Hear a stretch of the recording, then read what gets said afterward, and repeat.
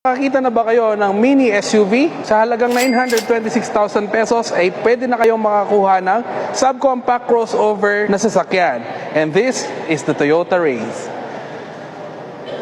For the front fascia, it's very fine looking. Meron tayong LED headlights paired with sequential side turn signal lamps. And then sa bandang baba is meron siyang daytime running light paired with halogen fog lamps. So, sa side profile naman is meron siyang 16-inch alloy rims. And then meron din siyang smart entry with auto-retract side mirrors.